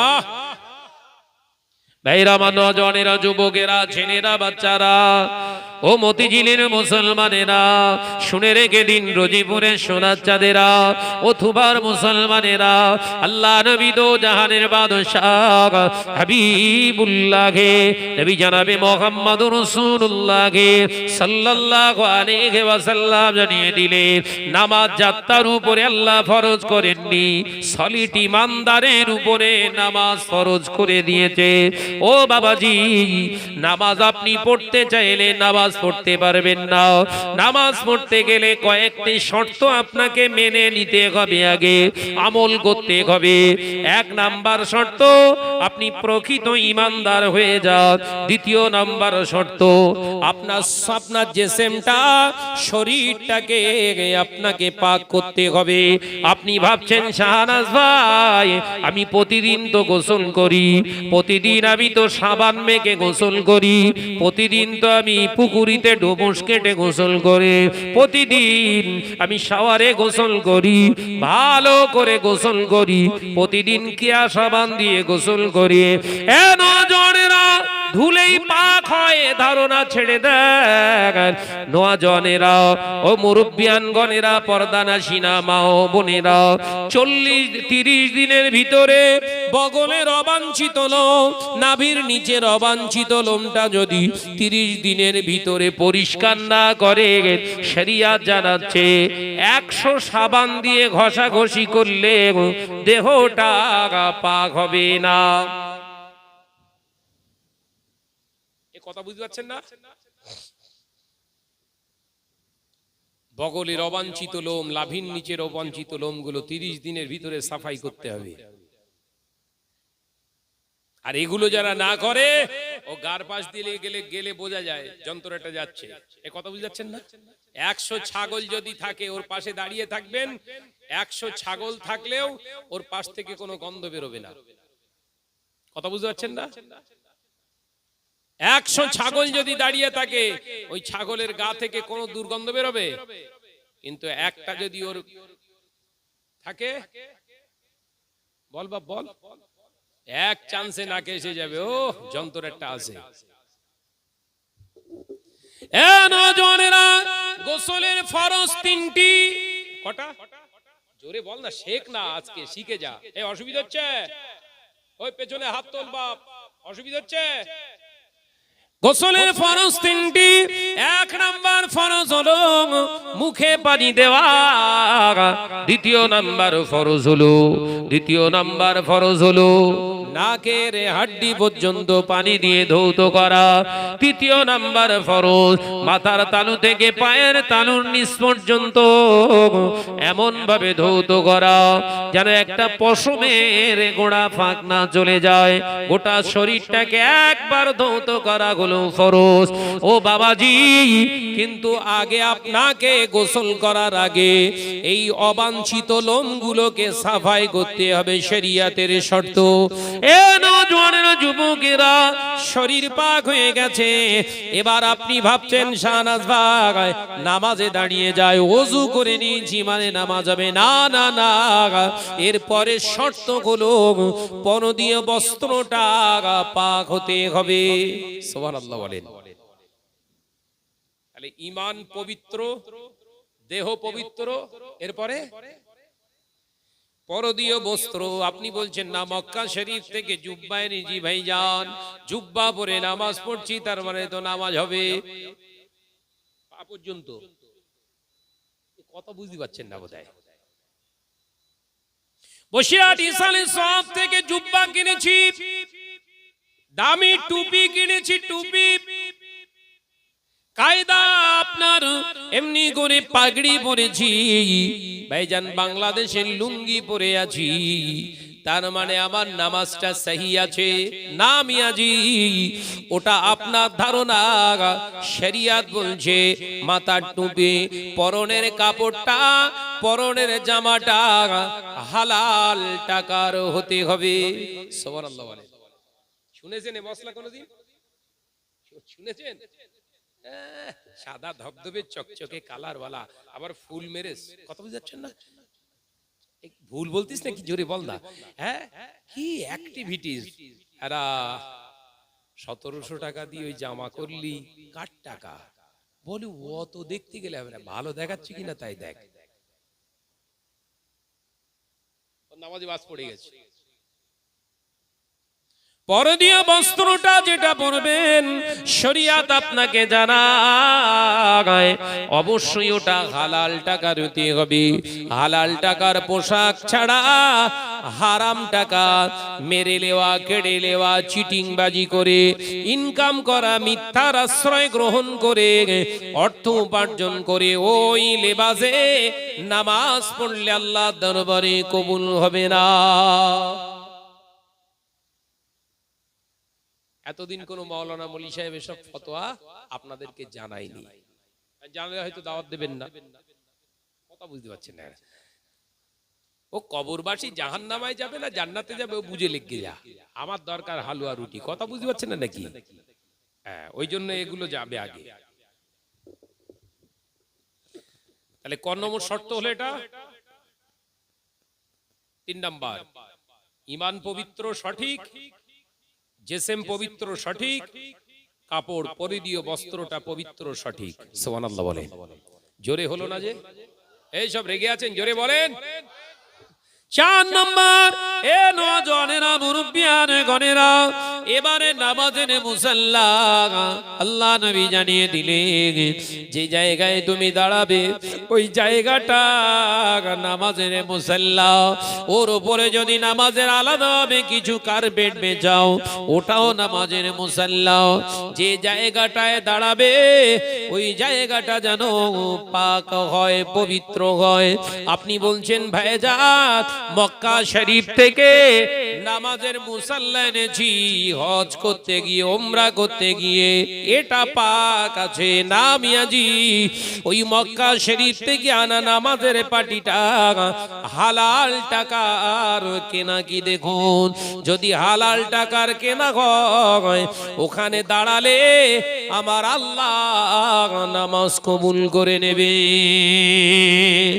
ও নওজোয়ানেরা, আপনি বলছেন ভাইজান আমরা মসজিদে নামাজ পড়ি, মার্বেলের উপরে দাঁড়িয়ে নামাজ পড়ি, মার্বেল সাদা চকচকে ঝকঝকে সুন্দর স্মুথ, ওই মার্বেলের উপরে নামাজ পড়ি, ওটা পাক না? না না, খোঁজ নিয়ে দেখুন ওই মার্বেলটা যদি এলাকার লটারি খোরের দান হয়, ওটা যদি সুদ খোরের দান হয়, ওটা যদি মেরে নেওয়া, কেড়ে নেওয়া ব্যক্তির দান হয়, ওখানে 1000 1000 বছর সেজদায় পড়ে থাকলে ওই সেজদা আল্লাহ দরবারে কবুল হবে না।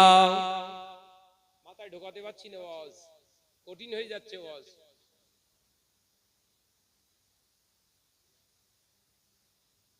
ওই জন্য আল্লামা হুজুর কি বলেছে, এই আমার দিকে ফেরেন, আল্লামা হুজুর কি বলছে, ওই জন্য মসজিদ বানাবে, মসজিদ চাল চাঁদা তুলে মসজিদ বানিয়েছো, ওই মসজিদটাকে আগে হিলা করো। কি করবে? হ্যাঁ, কি অন্যজনের কাছে ওই মসজিদটা কি করবে? নির্মাণ করার পরে বিক্রি করে দেবে। সে মসজিদটা কিনে নেবে। সে মসজিদটা কে কিনবে? হালাল মালদার, হালাল টাকার মালিক। ওই কিনে নিয়ে ও এবার আল্লাহর রাস্তায় দান করে দেবে। একবার জোরে বলুন না সুবহানাল্লাহ। এরকম করে তো নাকি? আল্লামা হুজুরের কিতাবে দেখবেন এইটা করার কথা বলা আছে। কারণ আল্লামা হুজুর জানতেন, বুঝতে পেরেছিলেন এরপরই সুদখোরের ফোয়ারা চলবে। এই কথা বুঝাচ্ছেন না? আমাদের পরের জেনারেশন আল্লামা হুজুর বুঝতে পেরেছিলেন, আল্লাহর ওলি তো বুঝতে পেরেছিলেন এরপর সুদখোরের ফোয়ারা চলবে, ঘরে ঘরে সুদের লেনদেন হবে, অর্থাৎ সব শেষ করে ফেলবে। অন্তত বাঁচার রাস্তা একটা দেখিয়ে যায়, তিনি ওই রাস্তাটা দিয়ে গেলেন। যুবকেরা, ছেলেরা, বাচ্চারা, পর্দা নাচিনা মা বোনেরা, এরপরে আপনাকে শরিয়াত শেখাচ্ছে আপনি কোন ওয়াক্তের নামাজ পড়ছেন, নিয়তটা সহি করুন। কোন ওয়াক্তের নামাজ পড়ছেন? আপনি ফাজলাও মেরে বলে দিলেন আসরের ওয়াক্তে নামাজ পড়ছেন, বলেন না কেন রে, জোহর পড়লুম। আপনার নামাজ আবার দোহরাতে হবে, নামাজ আবার পড়তে হবে। ইয়ার কি মেরে বলেছেন বলো? একদম জিজ্ঞাসা করলেন কি রে, কি নামাজ পড়লি? হচকামো করে বললেন কেন রে, জোহরের নামাজ পড়েছি। তাহলে আসরের নামাজ আপনাকে আবার পড়তে হবে। এই কথা বুঝতে পারেননি বোধহয়। ইবাদতের সঙ্গে ফাজলামি না। তাহলে ওদিকে 6টা, এদিকে 5টা, 11টা শেখা হলো, তাই তো নাকি? কথা বুঝতে পারছেন না দেখি? কোরআন হাদিসের বাইরে না গল্প করে যাচ্ছি? কোরআন হাদিসের বাইরে না ভেতরে? আল্লাহ আমাদের বোঝার তৌফিক দেন, বলুন আমিন। একটু জোরে বল না রে বাবা, আল্লাহুম্মা আমিন। প্রাণ খুলে জিকির করে কালেমা লা ইলাহা ইল্লাল্লাহ। একটু আওয়াজ দে বাপ, আওয়াজ দে। লা ইলাহা ইল্লাল্লাহ। আল্লাহ আল্লাহ আল্লাহ আল্লাহ আল্লাহ আল্লাহ সুবহানাল্লাহ। আল্লাহ আল্লাহ আল্লাহ আল্লাহ আল্লাহ আল্লাহ সুবহানাল্লাহ। ইয়া রহমানু ইয়া রহিমু ইয়া মালিকু ইয়া কুদ্দুসু। আল্লাহ আল্লাহ আল্লাহ আল্লাহ আল্লাহ আল্লাহ সুবহানাল্লাহ। জমিন ও আসমান যা কিছু আছে, জমিন ও আসমান যা কিছু আছে, রবের নামে তাসবিহ পড়ে। জোরে হবে না? আর একটু জোরে হবে না? জমিন আসমানে যা কিছু আছে, পশু পাখি, নদ নদী, হ্যাঁ, আসমানের তারকা রাজি যা কিছু আছে, সব কাজ জিকির করে। জোরে বলে। যেদিন বন্ধ হয়ে যাবে জিকির, আল্লাহ পাক ফানা করে দেবে। তার মানে কিয়ামত নাজিল করে দেবে। আর তোদের রাখার কোনো দরকার নেই, শেষ হয়ে যা।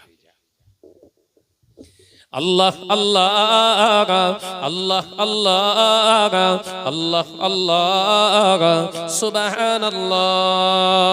জোরে জোরে লা ইলাহা ইল্লাল্লাহ।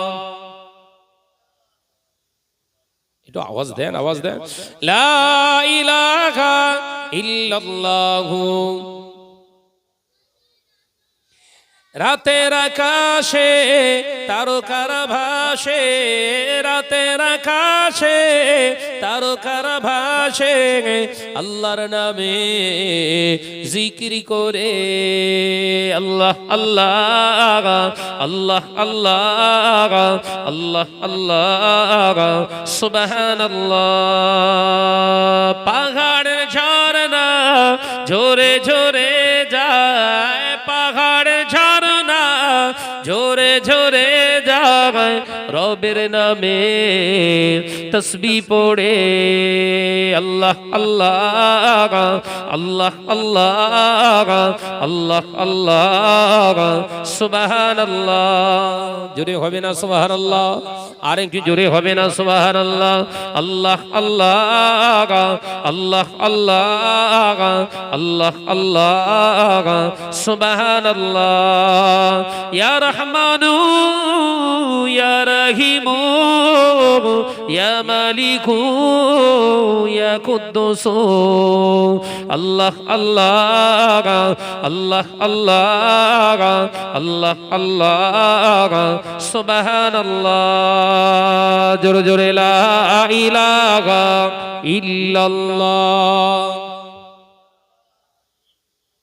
আওয়াজ দি লা ইলাহা ইল্লাল্লাহু।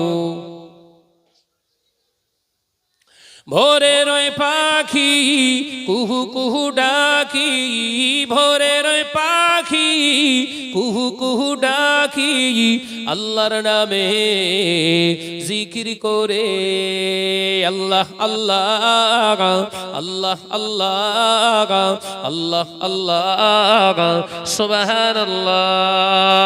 জোরে জোরে লা ইলাহা ইল্লাল্লাহ। আওয়াজ দেন লা ইলাহা ইল্লাল্লাহু।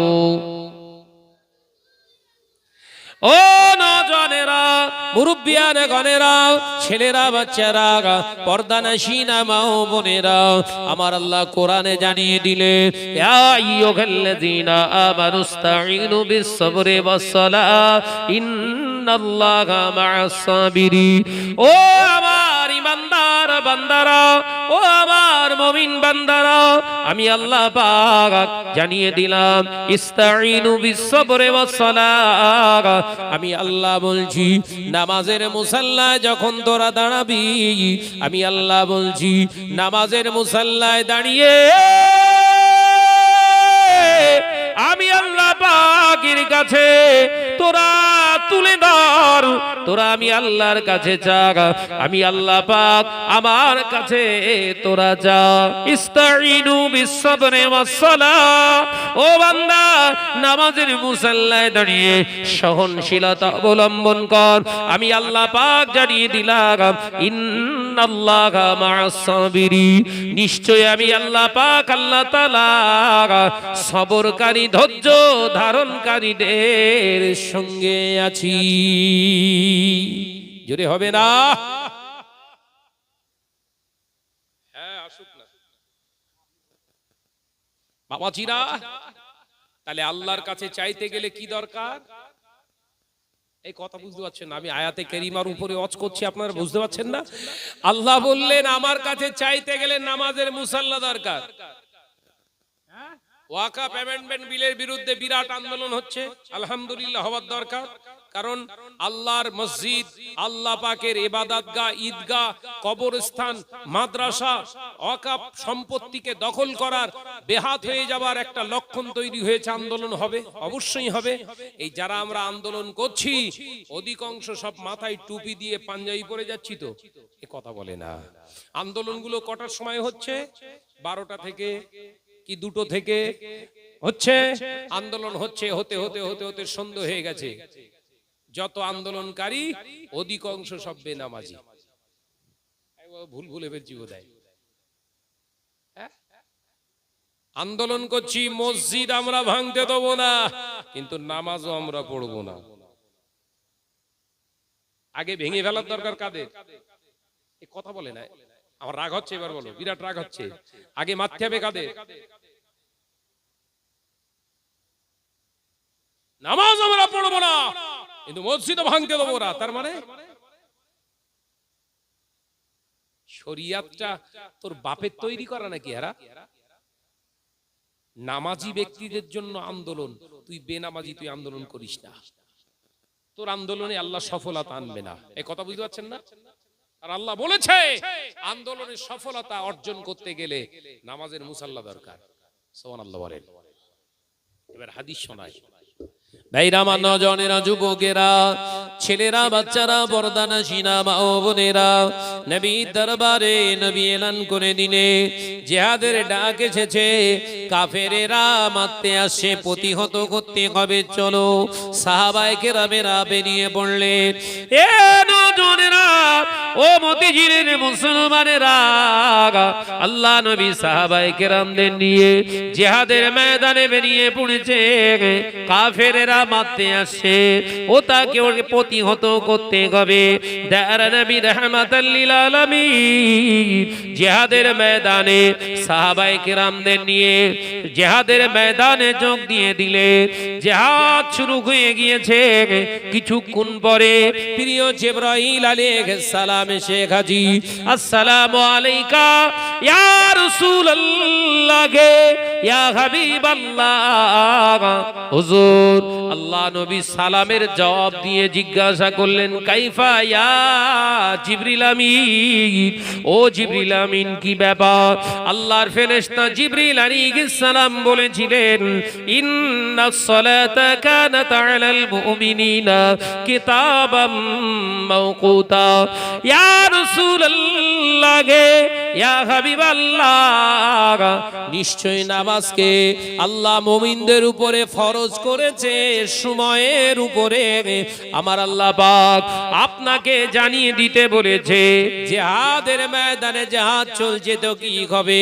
ইয়া রাসূলুল্লাহ, হাবিবাল্লাহ, ওয়াক্তটা পেরিয়ে যাচ্ছে, নামাজটা আদায় করে নি। একবার জোরে বললেন না? আমার আলোচনা বুঝতে হবে কিন্তু। আন্দোলন করা ফরজ হয়ে গেছে, তাই তো? আর নামাজ পড়া কি নফল। কথা বলে না তো। ওয়াকাফ বিলের বিরুদ্ধে মৌলভী সাহেব চেল্লাচ্ছে স্টেজে, আমরা ওমরের জাত, ওমরের উত্তরসূরি আব্দুল আজিজ বিন আব্দুল আজিজের উত্তরসূরি, আমরা আলকামা ইবনে সুমাইরের উত্তরসূরি, আমরা হযরত আলীর উত্তরসূরি, আমরা ছাড়বো না। বাঘের মতো গর্জন করছে মৌলভী সাহেব। আসরের ওয়াক্তে বক্তব্য দিচ্ছে, তোর নামাজ কই? কথা বুঝতে পারছেন না? দেখেছেন কি সুন্দর করে বেরোচ্ছে? গাজা পরে পড়িল বাড়ি। জিহাদের ময়দানে সাহাবায়ে কেরামদেরকে রাসূলুল্লাহ জবাব দিতে পারতেন, জিবরিল আমিন চলে যাও, আমরা কাজা পড়ে নেব। পারতেন তো নাকি? এই কথা বলে না। জিহাদ করা ফরজ তো, প্রতিহত করা ফরজ তো। আল্লাহ নবী বলেছিলেন, ও জিবরিল আমিন, জিহাদের ময়দানে আমরা যদি নামাজে দাঁড়াই, ওরা আমাদেরকে মেরে ফেলবে, অ্যাটাক করবে। জিবরিল আমিন, নামাজ কি করে হবে? আল্লাহর ফেরেশতা বলেছিলেন, ইয়া রাসূলুল্লাহ, হাবিবাল্লাহ, জিহাদের ময়দানে আপনি মুসলমানদের দুটি ভাগে বিভক্ত করুন। একটা ভাগ জিহাদের ময়দানে জিহাদ করবে কাফেরদের সঙ্গে, আর একটা ভাগকে নিয়ে আপনি নামাজে দাঁড়িয়ে যান। ইয়া রাসূলুল্লাহ, ইয়া হাবিবাল্লাহ, হুজুর, কালকের এই ওয়াক্তের নামাজটা, এই আসরের নামাজটা আদায় করার সময় যেমন ভাবে অন্য অন্য দিনে নামাজ আদায় করে, আজকের এই জিহাদের ময়দানে আসরের নামাজটা ওই পদ্ধতিতে আদায় হবে না। তাহলে কি পদ্ধতি হবে? ইয়া রাসূলুল্লাহ, হাবিবাল্লাহ, জিহাদের ময়দানে আজকে আপনার দুটো গ্রুপ হবে। একটা গ্রুপ জিহাদের ময়দানে জিহাদ করবে, আর একটা গ্রুপকে নিয়ে আপনি নামাজে দাঁড়িয়ে যাবে, ইমামতি আপনি করবেন। ইয়া রাসূলুল্লাহ হাবিবাল্লাহ 2 রাকাত নামাজ কমপ্লিট হয়ে যাবে, আপনি আবার আল্লাহু আকবার বলে উঠে দাঁড়াবে। ইয়া রাসূলুল্লাহ হাবিবাল্লাহ পিছনে মুসলমানেরা 2 রাকাত নামাজ আদায় করে সালাম না ফিরিয়ে তারা আবার নামাজ থেকে চলে গিয়ে জিহাদের ময়দানে অ্যাটেন্ড করবে। যারা জিহাদ করছিলেন তারা অস্ত্র ছেড়ে দিয়ে এসে আপনার পিছনে আল্লাহু আকবার বলে নামাজে দাঁড়িয়ে যাবে। ইয়া রাসূলুল্লাহ ইয়া হাবিবাল্লাহ হুজুর জিহাদের ময়দানে ওরা জিহাদ করতে থাকবে, এদিকে আপনি 4 রাকাত নামাজ কমপ্লিট করে ফেলবেন, আপনার হবে 4 রাকাত। যারা জিহাদ করছে ওদের 2 রাকাত, আপনার পিছনে এসে যারা দাঁড়িয়েছে এদের হয়ে গেছে 2 রাকাত। এরা আপনার সালাম ফেরানোর সাথে সাথে উঠে দাঁড়িয়ে আবার 2 রাকাত আদায় করে 4 রাকাত কমপ্লিট করবে। ইয়া রাসূলুল্লাহ হাবিবাল্লাহ সালাম ফিরিয়ে আবার এরা অস্ত্র ধারণ করে জিহাদের ময়দানে যাবে। জিহাদ যারা করছিলেন তাদের হয়ে আছে 2 রাকাত, তারা এসে আবার নামাজের মুসাল্লায় দাঁড়িয়ে যাবে। হুজুর তারা এসে আবার 2 রাকাত নামাজ আদায় করে নেবে, সালাম ফেরাবে। ও ভাইয়ের 4 রাকাত নামাজ কমপ্লিট হয়ে যাবে, জিহাদ হতে থাকবে। মৌলী সাহেব গিরি করো, তোমার নামাজের খবর নিয়ে আন্দোলন করে বেড়াচ্ছ, এই কথা বুঝতে পারেনি নাকি? এর শুনলি ইউটিউব হচ্ছে তো এরা ছাড়বে, কত গাল খিস্তি করবে জানেন? আমার জায়গা ধরে ওয়াজ করিস তো, কথা বুঝতে পারছেন না? আবার গোষ্ঠী উদ্ধার করে দেবে। ওদের আবার কিছু চেটু তেলু ভক্ত আছে, ভক্ত তেলু, ওই তেলুগুলো গোষ্ঠী উদ্ধার করে দেবে পুরো। আমার শরিয়াত শেখায় আন্দোলন করতে হবে, ওয়াকফ অ্যামেন্ডমেন্ট বিলের বিরুদ্ধে আন্দোলন করতে হবে, লড়তে হবে। মাঠে ময়দানে যেমন আমাদের আন্দোলন চলবে, নামাজ পরিত্যাগ করে নয়। এই কথা বুঝতে পারছেন না? বেনামাজির কোনো মূল্য নেই আল্লাহর কাছে, কোনো মূল্য নেই। ইসলামের সবথেকে বড় শত্রু হচ্ছে ও। রেগে যাচ্ছেন নাকি? ভাবছেন শাহনাজ ভাইয়ের কথা? বেনামাজি হলো, রাসূলুল্লাহ বললেন ইসলামের ধ্বংসকারী হচ্ছে বেনামাজি। তো নামাজ কই? সাবধান হন। আমার ভাই আসছে, পীরজাদা হযরত মাওলানা আলহাজ আব্দুল রাকিব আজিজ সাহেব, রাকিবুল আজিজ সাহেব ভাইজান আমার আসছে। তাকবীর দেন, নারে তাকবীর। এই তাকবীর দেন না রে বাবা, নারে তাকবীর, জোরে হয় নারে তাকবীর। সিলসিলা হক মুজাদ্দিদুজ জামান, সিলসিলা হক মুজাদ্দিদুজ জামান জনাব ভাইজান হুজুর, জনাব ভাইজান হুজুর, নারে তাকবীর। সিলসিলা হক মুজাদ্দিদুজ জামান, নারে তাকবীর। সিলসিলা হক মুজাদ্দিদুজ জামান জনাব ভাই সাহেব হুজুর কিবলা, জনাব ভাই সাহেব হুজুর কিবলা, নারে তাকবীর। মাশাআল্লাহ মাশাআল্লাহ। আসসালামু আলাইকুম। ভাইজান আসছে, আপনারা বসেন। কথা বুঝতে পেরেছেন? ওয়াজ নসিহত করবেন, আমার জন্য দোয়া করবেন। আল্লাহ পাক যেন সেই সালামতে ঈমানের সঙ্গে আল্লাহ পাক দ্বীনের খিদমত আল্লাহ করিয়ে নেন। বলুন আমিন। আর জোরে বলি আল্লাহুম্মা আমিন। আসসালামু আলাইকুম।